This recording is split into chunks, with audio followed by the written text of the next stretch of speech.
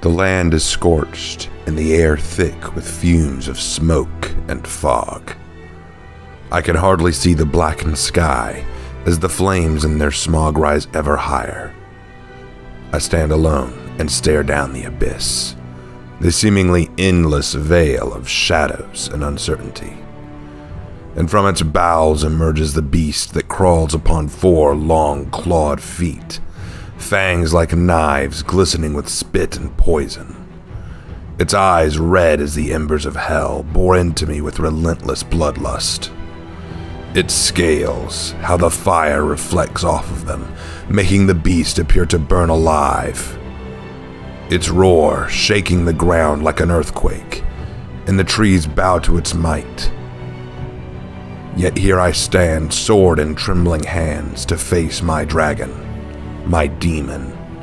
And as it opens its massive wings as if to engulf the world with them, it rears back its head, a laughing roar to mock my fatigue, to insult my tenacity.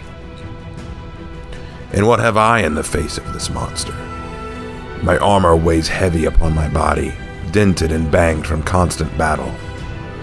My legs nearly give way to the weight, and I stand on shaking knees. My hands struggle to hold fast to my sword, and the shield in my other hand feels like a great iron bar tied to my arm. My helmet, useless to me now, as I can hardly breathe through it, is tossed to the ground, and I glare up at my enemy, attempting to conceal the fear in my chest.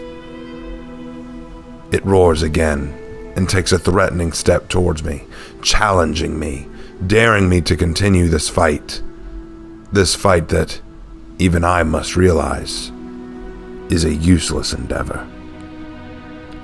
But I do not relent. I do not look away. For where else can I turn? The doors to my keep behind me are shut, and I am no longer able to return to them. The gates will not open for me. Forward is the path to the future, the path to my own way, and this dragon will not let me through. Could I go around him? No. I fought this hard and lost all for this fight. Around me lay the dead and the lost, the things sacrificed and given up for this battle, for this victory. Should I surrender now, then all that loss means nothing. The only way, and the only choice, is to endure and to push on. So push on I do. I rise and walk towards the beast, and with each step I feel my muscles giving way before me. Soon I will fall. It'll be hard to walk much longer. The monster lowers its head, spewing molten hot flames at me. Swiftly, raising my shield, the flames strike, enveloping me. They burn me. They push me backwards. But the shield does not let the flames touch me. I cry in agony and in rage as I try to withstand the wrath of the beast. The heat alone is enough to buckle me, and I wince from the effort to hold back the flames. Yet, I keep pushing. I take a few more steps forward. The burning fires around me lap at my heels, telling me to fall, to just concede. It would be easier. But I cannot. No, not now. In my ears ring the song of my predecessors, the words of my mentors. The drums of war that pound in my chest goad me. The power of the Lord pushes me ever forward. And though my flesh weakens and my bones wither, my will remains ever forceful. For that is the strength of man. Not in his body, but in his will. Despite this, I look back just once at where I came from, my safe haven, and I quietly long for that safety, the sanctuary. How nice it would be to rest in a home, in contentment. But there's nothing for me back there besides simple peace. And what is peace and serenity if unearned and left unprotected? What is happiness if not shared?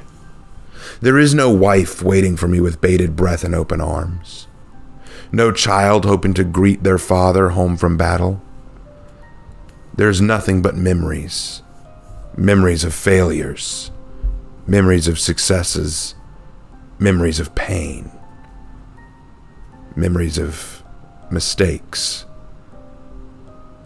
But it was these memories that forced me to turn and look back at the dragon, for beyond the dragon lay the future, lay opportunity, lay a chance to have these things, a peace worth cherishing.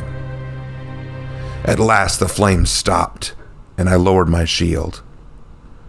In my determined march towards him, I now stood before his mighty form, and I would face down my enemy. Eyes locked, and the dragon hisses at me like a giant serpent. How could I defeat this? Even if by some miracle I did succeed, the cost of victory would be very great. It spoke to me. It spoke to me to tell me that I would never see what lay beyond him. I would never find a new home, a new destiny. I would die. I would fail, like I'd failed so many times before. And I am alone. No one stands beside me. No one is at my back. Now I stand upon the precipice of disaster and victory, and in this quiet moment of solitude and isolation, it is I and the weight of the world, the weight of this dragon, and the weight of my own reality weighing upon me.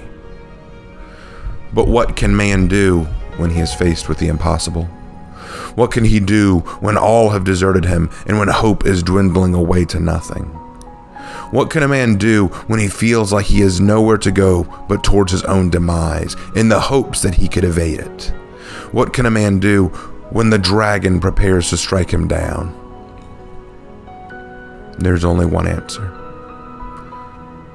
Taking up sword, raising shield, and with a shout to the heavens, I run with every ounce of strength at my enemy, with all the vigor of a man with naught else to lose but his life and everything to gain.